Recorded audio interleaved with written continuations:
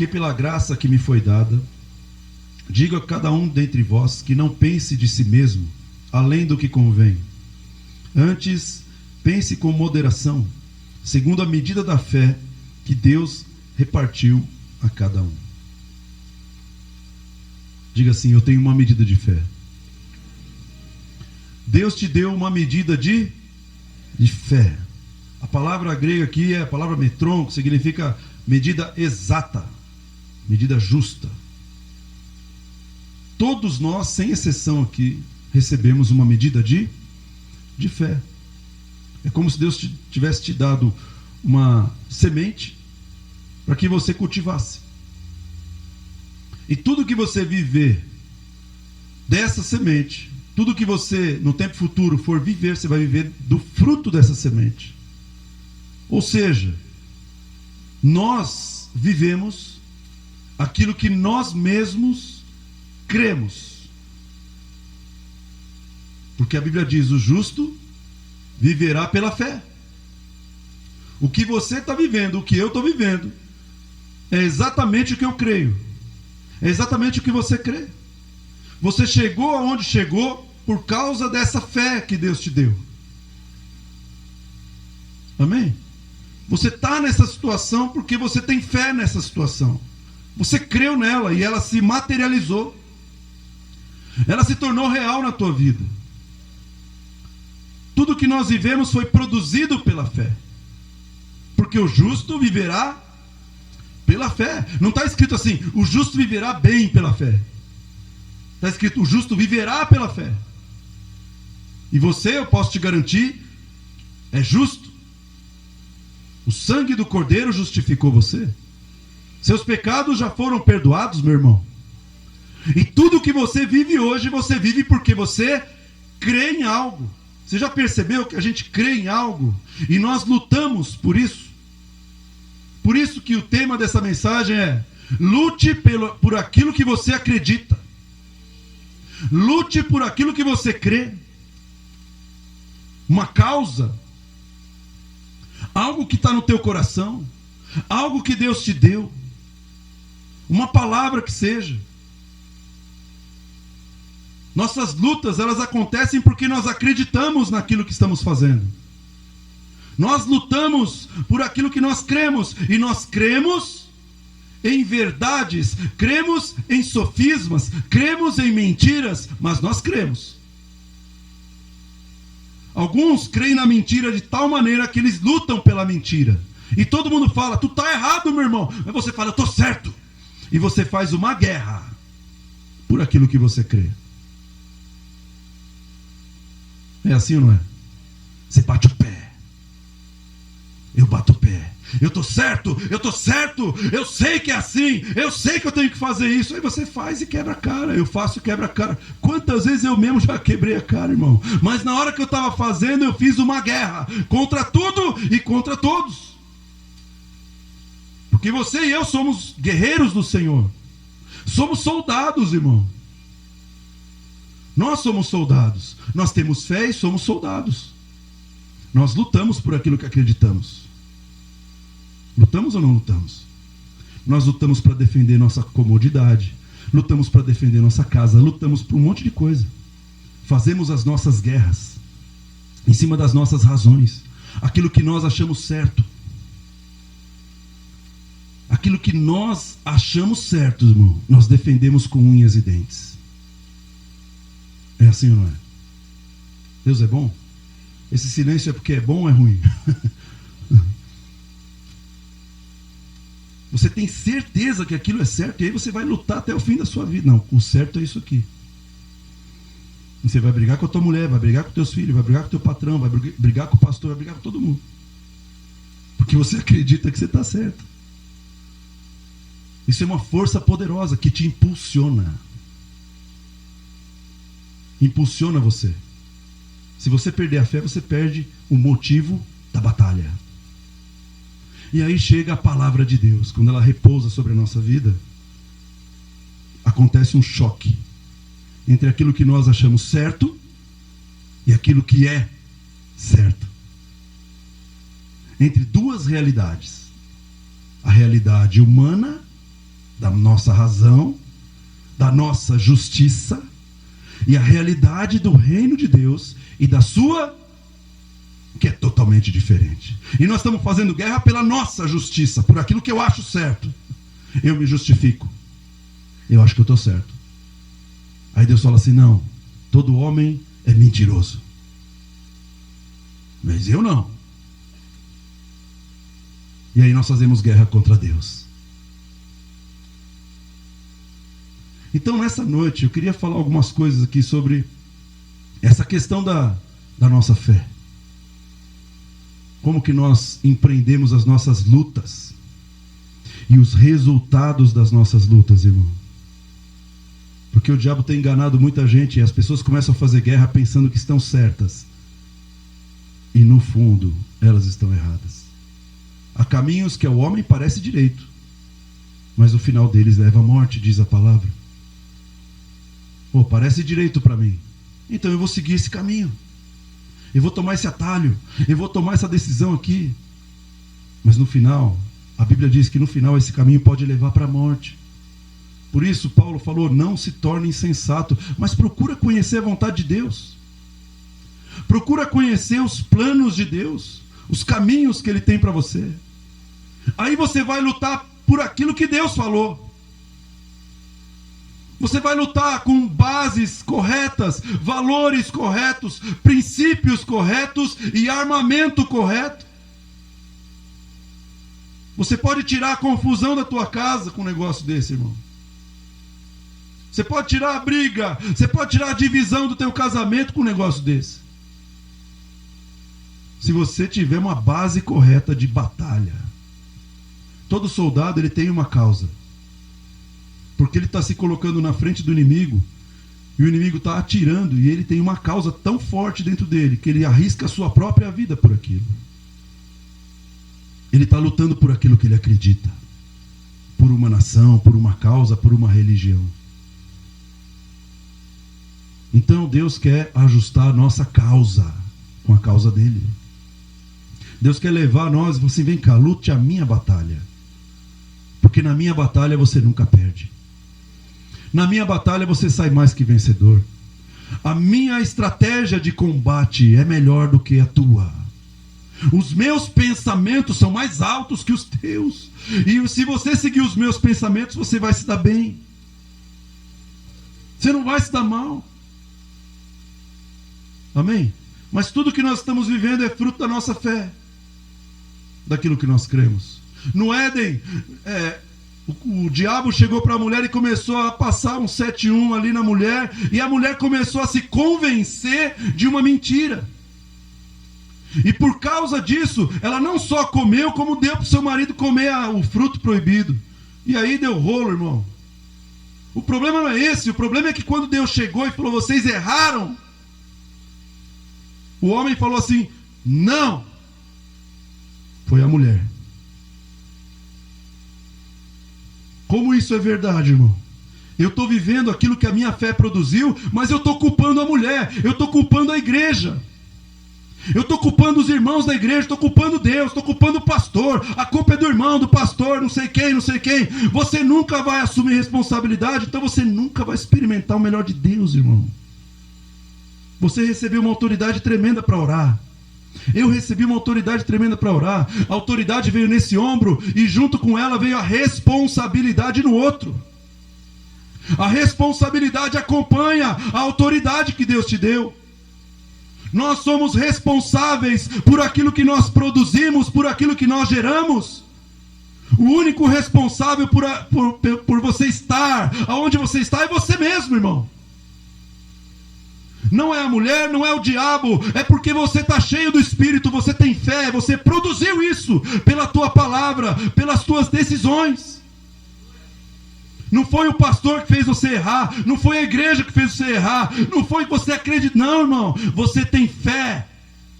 E você conseguiu produzir essa situação. Por isso João Batista chegou e falou assim: arrependei-vos, pois é chegado o reino de Deus. Porque ele falou assim: arrependei-vos. O que é arrependimento? Arrependimento é dizer assim: eu estou errado. Não entra no reino quem não falar eu estou errado. Quer entrar no reino? Se arrepende. Isso vale para todo mundo, irmão. Não tem ninguém melhor do que ninguém aqui. Se eu quiser entrar no reino, eu tenho que me quebrantar e falar: Senhor, eu errei, eu comi do fruto, eu desobedeci a teu mandamento, eu fui teimoso, eu amei mais o pecado.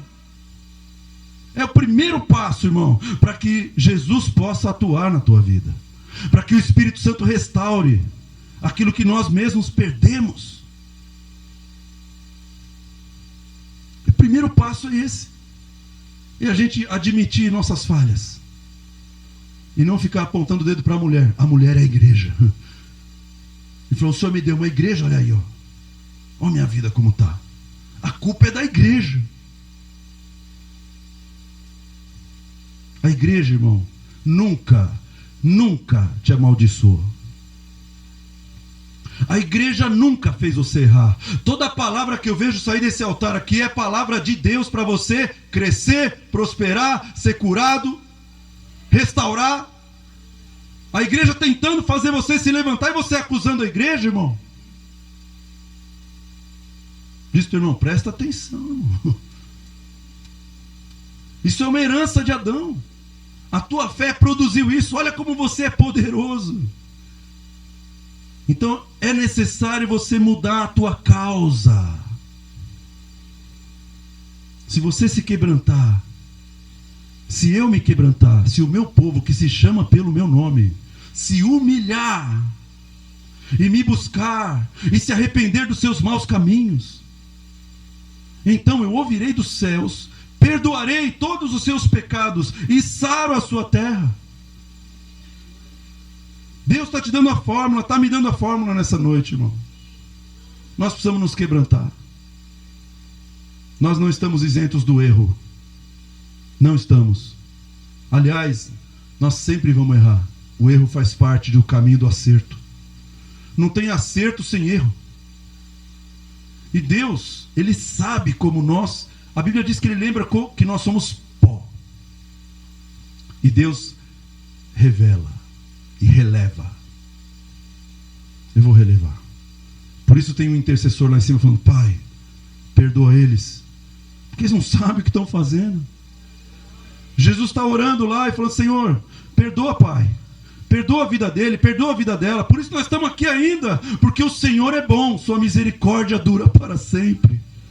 Porque a gente erra, sai da igreja, volta, faz tudo errado de novo, volta, e a misericórdia de Deus se renova todo dia sobre nós. Deus é bom, irmão. Nós precisamos mudar.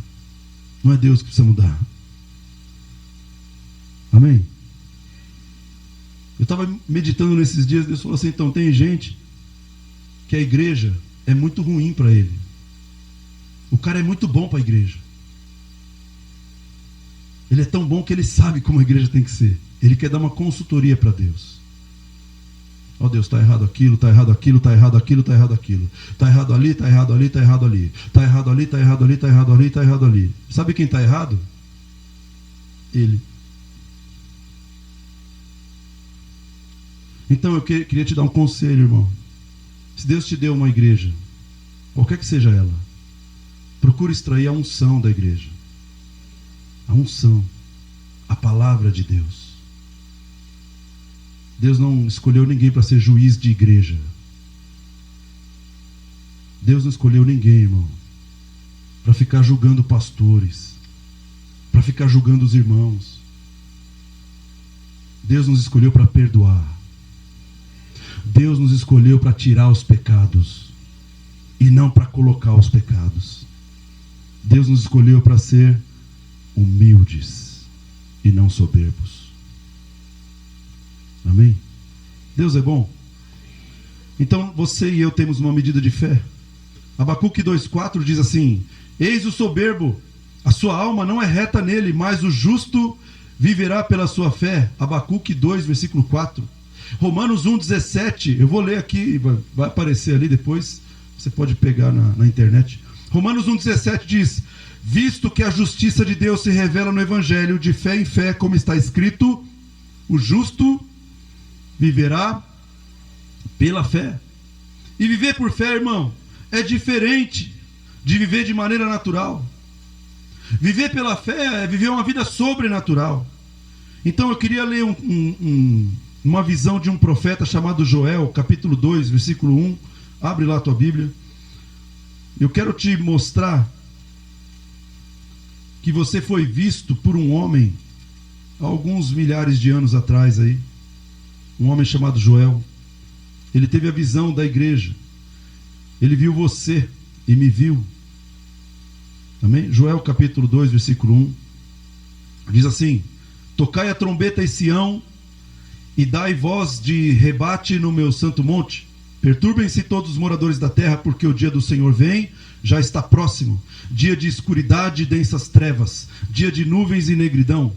E como a alva por sobre os montes, assim se difunde um povo grande e poderoso, qual desde o tempo antigo nunca houve, nem depois dele haverá, pelos anos adiante, de geração em geração. Esse homem, ele está vendo um povo grande e poderoso. Quem é esse povo? Quem é esse povo, irmão? Ele começa a enxergar um povo grande e poderoso. A igreja, ela detém o poder do Espírito Santo. Ela é o templo do Espírito Santo. A igreja foi batizada. Recebereis poder ao descer sobre vós o Espírito Santo. Então o Espírito Santo desceu sobre a nossa vida. Nós somos um povo grande e poderoso. Existe um poder aqui dentro. Existe um poder na tua casa, um poder na tua oração. Porque você faz parte de um povo grande e poderoso.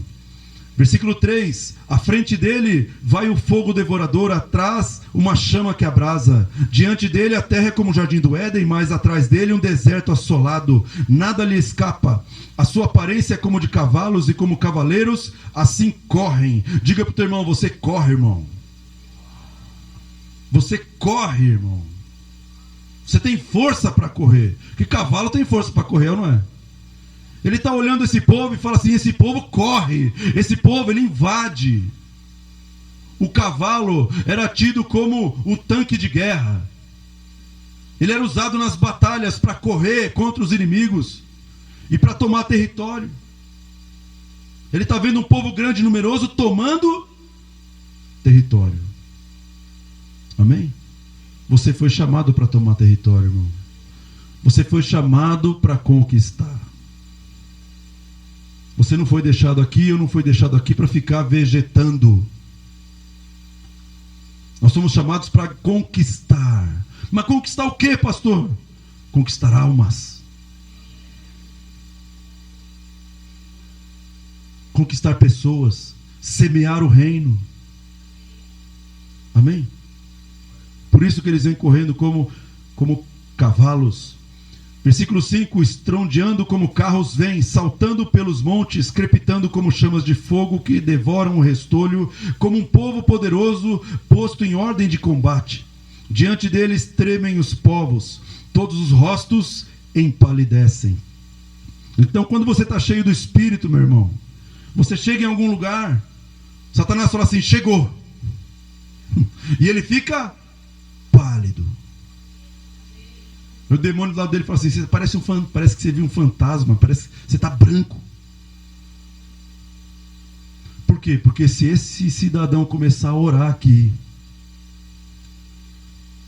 se ele começar a jejuar por esse lugar de trabalho, se ele começar a buscar o reino de Deus nesse lugar, eu vou perder meu império, eu vou perder meu lugar. Essa é a visão de Deus sobre a tua vida e sobre a minha vida. Amém? Conquistadores, irmão. Correm como valentes, como homens de guerra sobem muros, cada um vai pelo seu caminho e não se desvia da sua fileira. Sobem muros. Você já viu o treinamento de exército? Aí chega num muro desse tamanho, irmão. O que os caras fazem? Sobe, escala, parece Homem-Aranha. Para você invadir o terreno do inimigo, para você invadir o território do inimigo, você não pode parar diante da muralha e ficar olhando para ela. Você não pode parar diante de um muro e falar assim: o muro é muito alto. Porque a unção que Deus te deu é para escalar esse muro. Mas se a muralha não cair, pastor, sobe, passa e vai embora. Continua caminhando. Amém ou não amém? Ele diz: cada um vai pela sua fileira. Ou seja, cada um de nós somos um soldado que tem uma fileira, que tem uma carreira ministerial, que tem um chamado de Deus, que tem uma vocação de Deus. Isso é individual. Tem a sua carreira para você correr, tem a minha carreira, a minha fileira. Cada um corre na sua carreira. E o que tem de gente querendo correr na carreira do outro, irmão? Eu queria ser como a Selma. Eu queria ser igual a ela, eu queria a unção dela. Mas cadê a tua unção, meu irmão? Você tem um chamado seu. É pessoal e intransferível. Não dá para você terceirizar. Vou contratar alguém para ministrar no meu lugar aí. Vou ficar em casa assistindo televisão. Não dá, irmão. Tem uma carreira, cada um de nós tem uma carreira. O exército é assim, é organizado. Amém ou não amém? Versículo 8: não empurram uns aos outros, cada um segue o seu rumo, arremetem contra lanças e não se detêm no seu caminho. Olha o que ele está falando: ninguém empurra ninguém. Você está lutando, irmão, tem alguém lutando do seu lado. Ele está falando: você não empurra o teu irmão. Por que você vai empurrar o teu irmão? Mas ele ganhou um carro, eu queria o carro dele. Ele ganhou a casa, eu queria a casa dele. Fica olhando. Meu irmão, vai conquistar a tua casa.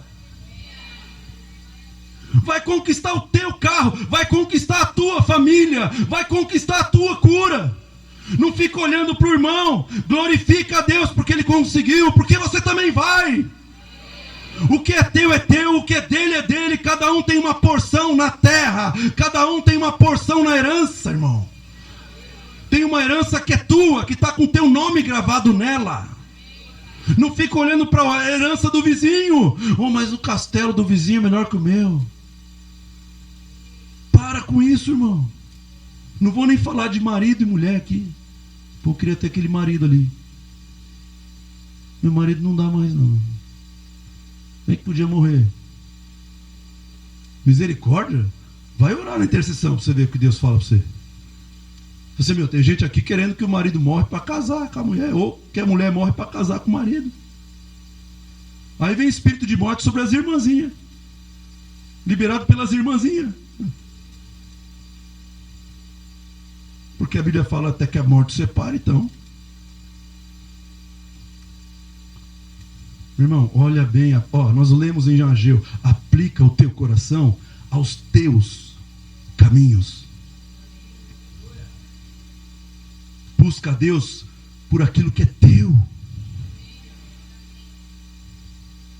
Busca aquilo que Deus preparou para você.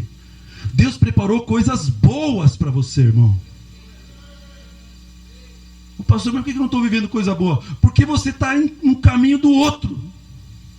Você está empurrando o outro. Dá licença, o seu caminho é melhor que o meu. A tua grama é mais verde que a minha.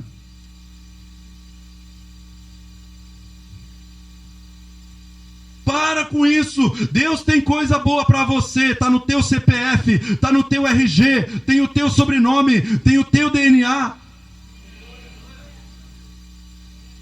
Já foi preparado para você antes que você nascesse. Tem um chamado, uma unção específica que vai sair da tua vida. Para de olhar para os outros. Amém? Arremetem contra lanças e não se detêm no caminho. Olha só, irmão, alguém vai fazer guerra, e aí o inimigo vai, coloca uma lança no chão, pisa no pé dela e faz assim. O exército vem correndo e eles põem a lança assim: se você correr para cima de mim, a lança vai atravessar você. O que esse profeta viu é que a igreja, quando ela olha as armas do inimigo, ela vai para cima das armas do inimigo. Tinha um homem chamado Davi. Ele era pequenininho, mirrado, magrelinho, uns 55 quilos, 60 quilos, não sei. Mas ele não era apto nem para o exército, irmão. Não, vai cuidar de ovelha, porque a ovelha é dócil. Se for cuidar de bode, você não vai conseguir. Ninguém dava nada por ele, mas ele chegou num dia em que um homem de 2,80 metros e pouco estava ameaçando o povo de Israel ali e afrontando o exército de Deus vivo. Esse homem tinha uma lança que pesava, acho que não sei, uns 30 quilos. Uma vez eu fiz um estudo sobre uns 30 quilos, estava lá aquela lança pesadíssima. Imagina só a força que esse homem tem que ter para jogar a lança. Imagina só uma lança de 30 quilos vindo no teu peito. O Davi olhou. Quem esse cara pensa que é? Para afrontar os exércitos de Deus vivo. Eu vou contra ele. Eu vou contra a lança dele. Eu vou contra a espada dele.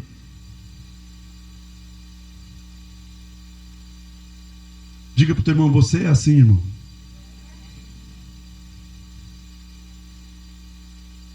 Nós somos assim. Então, quando Davi olhou para o Golias, ele falou: você vem contra mim com espada e com lança e com escudo, mas eu vou contra ti em nome do Senhor dos Exércitos. E sabe como ele foi contra? Apressadamente, arremeteu contra a lança, pegou a funda, colocou a pedra e saiu. Imagina, irmão, todo mundo olhando, assim, agora ele vai morrer.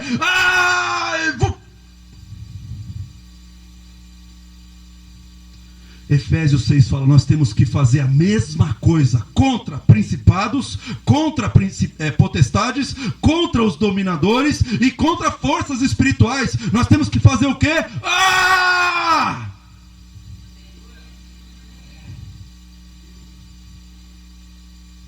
A fé exige batalha.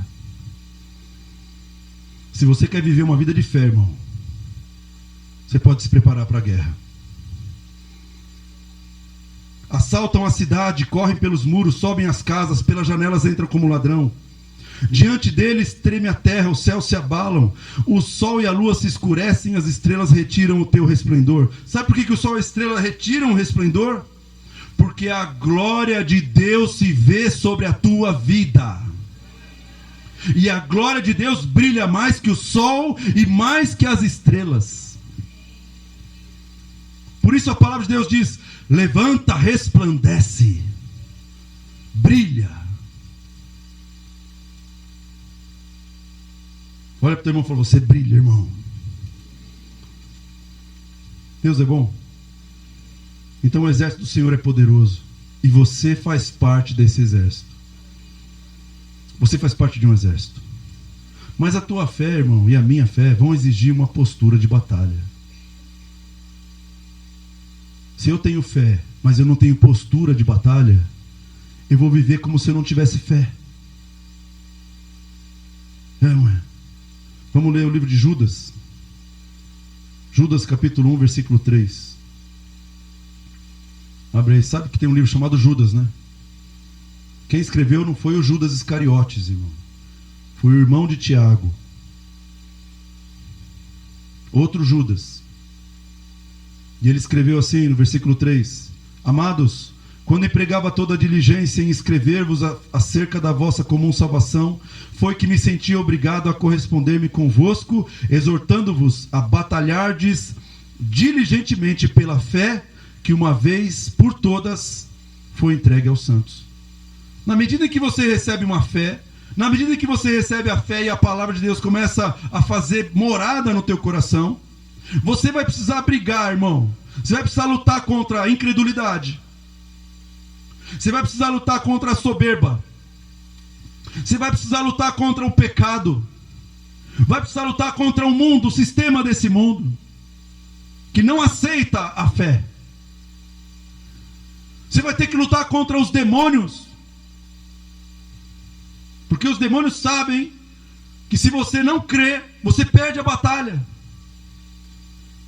Então Judas está falando, você precisa batalhar pela tua fé. Você não pode deixar morrer no teu coração a palavra de Deus. Você não pode deixar essa fé morrer, irmão. E eu dou um exemplo aqui de um homem chamado Jó. O livro mais antigo da Bíblia.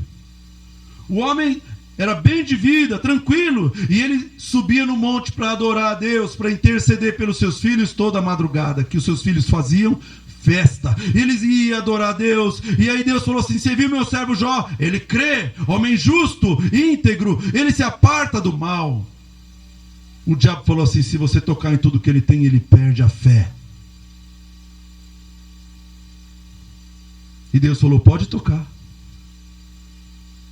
E aí o homem começou a perder. Perdeu o camelo, perdeu a ovelha, perdeu os empregados, perdeu a empresa e perdeu os filhos.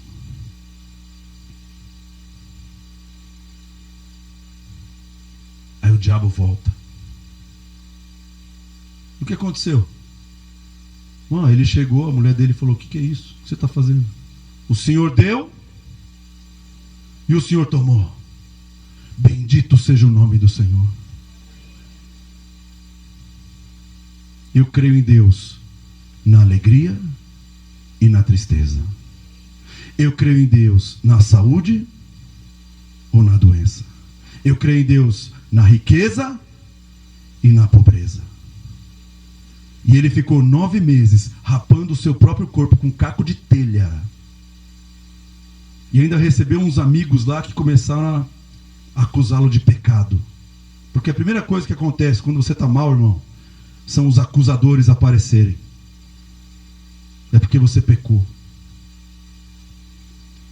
É porque você pecou, Jó. Se arrepende. Ele fala, não tenho pecado. Se eu tivesse pecado, Deus tinha me falado. 9 meses depois, Deus chegou para um desses amigos e falou assim, vocês levantaram a voz para falar contra mim, o que não era reto. Então pede oração para esse homem moribundo, porque ele guardou a sua fé. Apesar da enfermidade, apesar da perda dos filhos, ele protegeu o seu coração. Sabe o que um homem moribundo fez? Falou? Um homem que perdeu tudo falou? Sabe o que ele falou? Eu sei que o meu Redentor vive e por fim se levantará sobre a terra. Ele estava no pior momento da vida dele e ele falou, eu sei, eu creio, o meu Redentor vive. Por isso a fé exige uma batalha, irmão. Exige que você vença as suas fortalezas de pensamento. Exige que você vença os seus instintos naturais. E você fale, Senhor, eu vou te adorar. Nessa luta eu vou te adorar. Eu nunca vou deixar de te buscar, tendo ou não tendo. Amém ou não amém? Por isso, irmão, você e eu precisamos fazer guerra. Não tem como ser crente hoje e não ter guerra. Porque você vive num mundo que jaz no maligno. O mundo jaz no maligno, irmão. De repente você é cheio do Espírito Santo, o maligno vai olhar para você e vai fazer o quê? Precisamos ceifar a fé que ele tem. Então ele começa a trazer as tentações, as lutas, as oposições, as perseguições, as enfermidades. Ele está querendo roubar a tua fé. Ele não está querendo roubar teu dinheiro. Ele quer roubar a tua fé, irmão. Vou fazer exame lá. A médica vira e fala assim, rapaz, tu tá com câncer dos bons. Falou assim, elogiou o câncer. Coisa de médico. O teu câncer é dos bons, é daquele que mata em 6 meses. Eu quase morri na hora. 6 meses você está mortinho da Silva, geladinho. Vai pro saco. Aí de repente estava numa situação onde a minha fé está sendo provada. E agora? Aí o apóstolo fala assim: vamos lá, vou te levar para almoçar. Eu falei: a última refeição? Vou te levar para almoçar, vamos conversar. Estou lá conversando com ele, falou: como é que você está? Eu falei: meu irmão, você não tem noção como está difícil manter a minha fé. O problema não é o câncer. O problema é manter meu coração crendo. Porque a gente tem um cérebro que vai lutar contra o nosso coração. Tem um pensamento aí que não aceita a fé. E aquela luta, irmão. O diabo quis, é o tempo oportuno dele roubar a fé. E aí você tem que fazer uma luta interior contra pensamentos de fora e pensamentos de dentro. Deus é bom. Amém? E eu estou aqui, já passou mais de 6 meses, já passou mais de 1 ano. Estou nem aí, irmão. 3 anos? 4 anos. A médica até chorou quando falou: você foi curado. Ela chorou, lembra? Chorou, me abraçou. Falei: o câncer era bom, né? O Senhor é bom, esse câncer não é bom não. Sai fora, essa palavra está quebrada em nome de Jesus. Então, meu irmão, lute pela tua fé. A fé exige batalha, a fé exige uma posição e uma atitude. Filipenses 1:27. Vivei acima de tudo por modo digno do Evangelho de Cristo, para que, ou indo ver-vos, ou estando ausente, ouça no tocante a vós outros, que vocês estão firmes num só espírito, com uma só alma, lutando juntos pela fé evangélica. Paulo está escrevendo e fala assim: a fé exige uma postura, a fé exige uma posição. A fé não exige uma postura de religioso. Eu sou crente, louvado seja o nome do Senhor, aleluia, misericórdia do Senhor. Não é essa postura que ele está falando. Ele está falando da postura lá dentro. Uma só alma, um só espírito e uma vida digna do Evangelho. A maneira como você conduz os seus negócios, conduz o seu casamento, conduz todas as coisas. A tua fé vai exigir uma postura de santidade, vai exigir uma postura de unidade. A fé exige que você se una para a batalha, irmão. Não dá para falar que eu sou do exército se eu estou isolado. Então a fé vai exigir que eu esteja unido. A fé vai exigir uma postura de coragem, de ousadia, e não de medo, e não de dúvida, e não de murmuração. A fé vai exigir, irmão, eu estou convertido há 19 anos. E em 19 anos Deus sempre está me apertando, irmão. Porque existe um veneno para a nossa fé chamado zona de conforto. Eu estou bem. Pipoquinha, filme evangélico, comendo. Deus fala: pera, se levanta para fazer guerra. Tenha outra postura. Para de viver acomodado. Para de viver acomodado, irmão. Se levanta com a tua fé e começa a fazer a guerra. É a postura na hora da notícia ruim. É a postura na hora do combate, na hora do confronto. Você está confrontando alguém? Usa armamento de fé. Eu te perdoo e peço perdão. Se o combate exige perdão, eu vou me humilhar até sair sangue, irmão. As armas da nossa guerra não são carnais. Postura. Pedir perdão. Liberar perdão. Postura. A fé vai exigir essa postura. O cara te fez mal, vou fazer guerra contra ele. Você me fez mal, toma um presentinho de remissão. Toma um presente. Quê? Porque a Bíblia diz: se o teu inimigo tiver fome, dá de comer para ele. Se tiver sede, dá de beber. A Bíblia não diz: se o teu inimigo tiver fome, fala mal, amaldiçoa. A Bíblia diz para você abençoar o teu inimigo. A fé exige postura, irmão. Postura. E isso não acontece dentro da igreja no domingo. Isso acontece na segunda, na terça, na quarta. Isso acontece na tua casa, no teu trabalho. Isso acontece na tua escola. Isso acontece no WhatsApp, no Face. Acontece em tudo quanto é lugar. É nessa hora que a postura fala mais alto do que a palavra. A nossa postura tem que retratar aquilo que nós cremos. 19 anos, estou sendo arrochado. Deus fala, vai. A fé vai exigir essas posições. Tem gente que corre, né, irmão? Mas de Deus ninguém consegue fugir. Oh, Deus, não quero, muito pesado. Oh, Deus, não quero, está exigindo muito. Oh, Deus, dá não. Oh, não foi para isso que eu vim na igreja. Para ser confrontado. Então, meu irmão, se você não quer ser confrontado, não entra no combate. Porque em todo combate vai ter confronto. Amém ou não amém? A Bíblia diz que nós somos mais do que vencedores.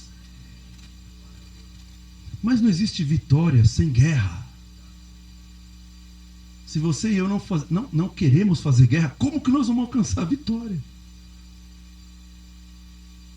Por isso nós vivemos de fé em fé. De fé em fé. Deus, eu estou numa guerra aqui, num combate. Deus fala assim, eu vou transformar esse combate em testemunho. Eu vou transformar esse combate em experiência. Eu vou transformar esse combate em revelação da palavra. É nesse combate que você vai ter as maiores experiências comigo. Nesse combate teus olhos se abrirão. E isso vai marcar a tua geração, esse combate. Não fuja do combate, porque o combate vai amadurecer você. Vai transformar você numa pessoa madura, sem ter falta de nada. Uma pessoa que discerne, uma pessoa que tem autoridade, que tem equilíbrio, que age com prudência, que discerne o bem do mal, pela prática, irmão. Por isso a nossa fé vai exigir postura, equilíbrio. Não fuja do combate. Quem tem que fugir é o inimigo. Enfrenta, irmão, com as armas de Deus que você vence. 2 Timóteo capítulo 2, versículo 3. Participa dos meus sofrimentos como bom soldado de Cristo Jesus. Nenhum soldado em serviço se envolve com negócios desta vida, porque o seu objetivo é satisfazer aquele que o arregimentou. Amém? Nenhum soldado se embaraça. Nenhum soldado se enrola.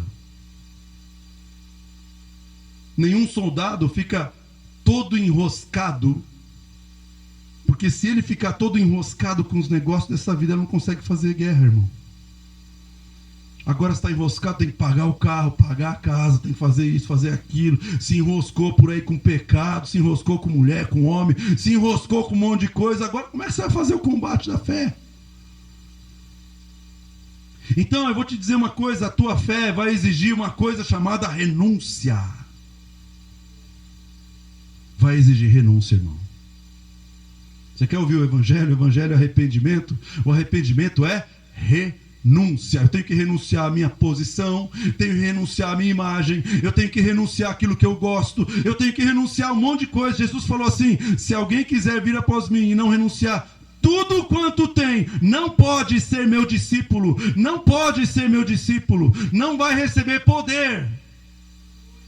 Se alguém não renunciar, por quê? Porque no combate, irmão, o inimigo pode usar aquilo que te amarra. O inimigo pode manipular. Se você e eu não soltarmos no altar, Senhor, minha esposa, minha filha, meu filho estão na tua mão, não estão mais na minha. O inimigo vai usar eles contra você. Se você for para o evangelho, a tua mulher vai te deixar. Se você começar a seguir esse caminho, tua filha vai te deixar. Aí você fala, eu não vou porque senão minha mulher não deixa não, minha mulher não deixa não, minha mulher não deixa não. Meu irmão, renúncia. não de boca. Renúncia. Mas eu estou preso. Eu estou preso no meu carro. Mas como é que eu vou pagar meu carro se eu for pastor? Eu vou perder meu carro? Eu não. Então você não pode ser discípulo de Jesus. Vaza. O inimigo pode usar você, porque ele manipula você através desse carro. Por isso muita gente sai da igreja quando tem que renunciar, quando perde. Tem gente, irmão, que está tão ligado com a filha, e quando a filha peca, minha filha de 15 anos pecou, o cara sai da igreja. Você está na igreja por causa da tua filha ou por causa de Jesus? Você ama mais a tua filha do que Jesus? Aí é a hora de você se firmar, é a hora de você buscar, é a hora de você guerrear, aí é a hora de você buscar o Senhor.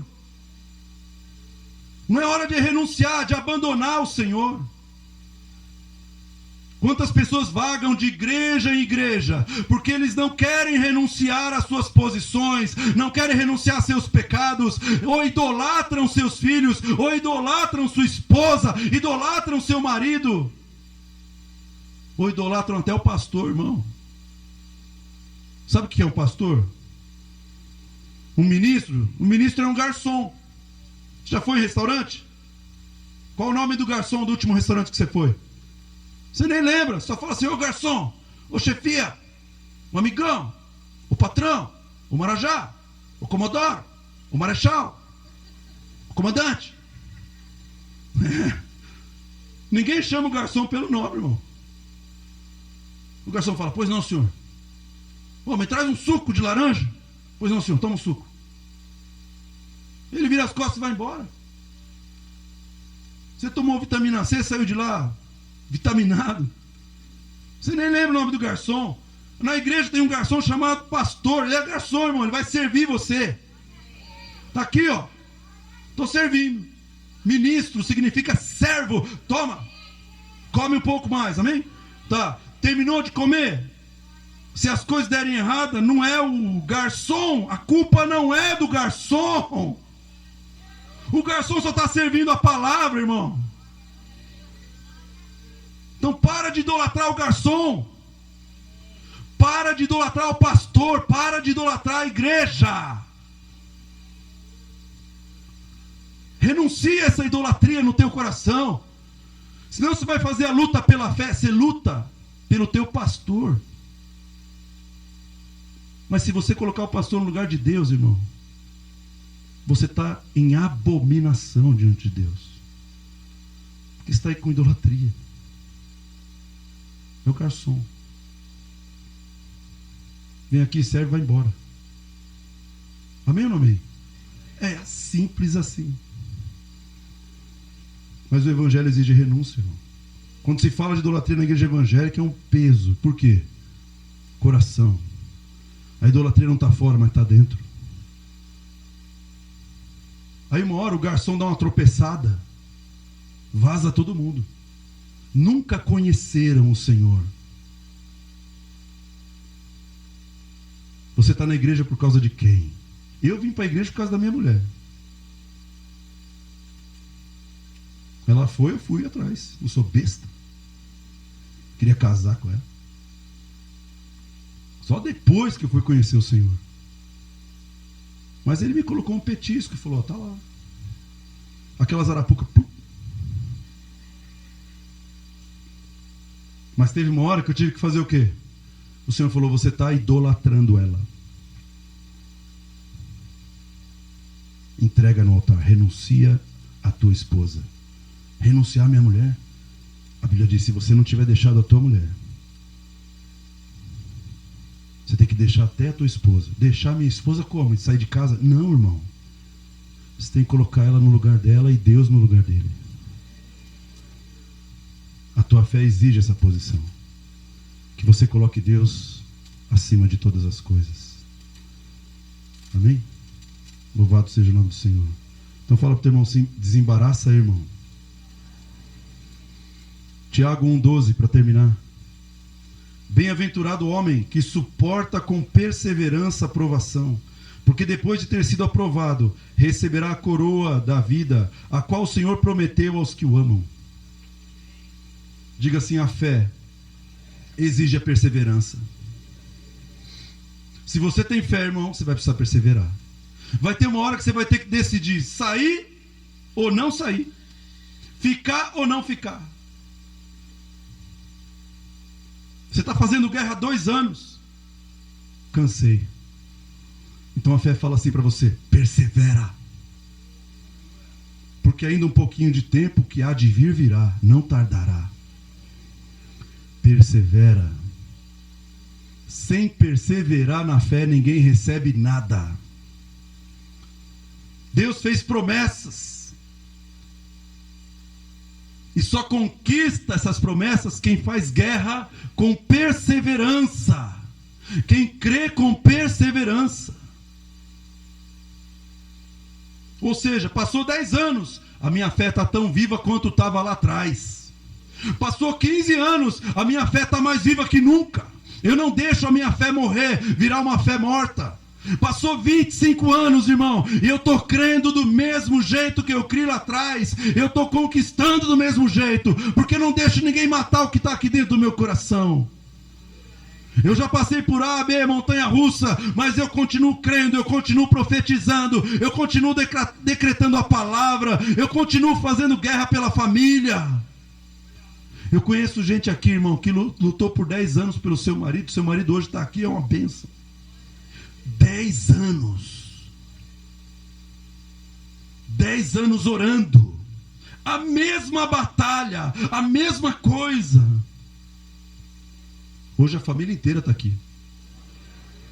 Os filhos recebendo prosperidade. Bênção, irmão. Por que alcançou a promessa? Porque não desistiu. Não abandonou as armas. Não abandonou o combate. Amém? E a Bíblia diz: nós não somos daqueles que retrocedem. A Bíblia diz: se você lançar a mão do arado, você não pode voltar para trás. Então eu vou te falar, irmão, eu estou no caminho sem volta. E você também. Com Deus é só para frente. Com Deus não tem crente caranguejo. Anda para um lado, para o outro, vai para trás, vai para o outro. E agora? Para lá, para cá. E aí, como é que tá, irmão? Eu não sei. Estou que nem cego em tiroteio. Não, a Bíblia diz: esquecendo-me das coisas que para trás ficam. Continua caminhando com perseverança. Continua caminhando com perseverança. Fica de pé no seu lugar.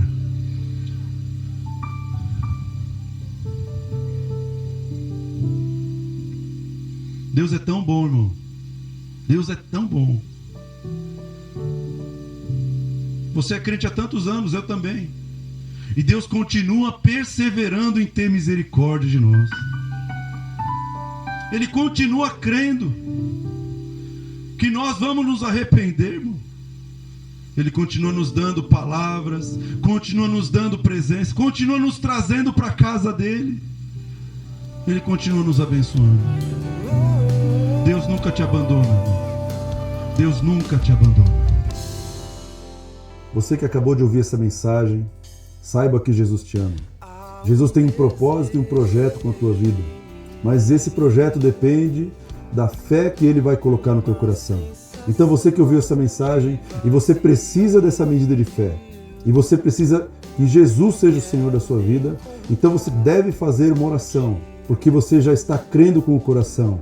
O que você precisa fazer é começar a orar e declarar Jesus como o Senhor da sua vida. Então coloque a mão no teu coração e declare comigo: Senhor Jesus, eu te recebo como Senhor da minha vida. Perdoa os meus pecados e escreve o meu nome no livro da vida. Eu renuncio todos os outros senhores e eu coloco Jesus Cristo de Nazaré como o único Senhor e Salvador da minha vida. Você que acabou de receber Jesus, saiba que Jesus tem algo novo para você. E você que precisa ser renovado na sua fé. Então, feche os teus olhos, põe a mão no teu coração e ore comigo essa oração. Senhor Jesus, renova a minha fé, traz sobre a minha vida uma unção, para que eu possa ter vitória em todas as áreas da minha vida.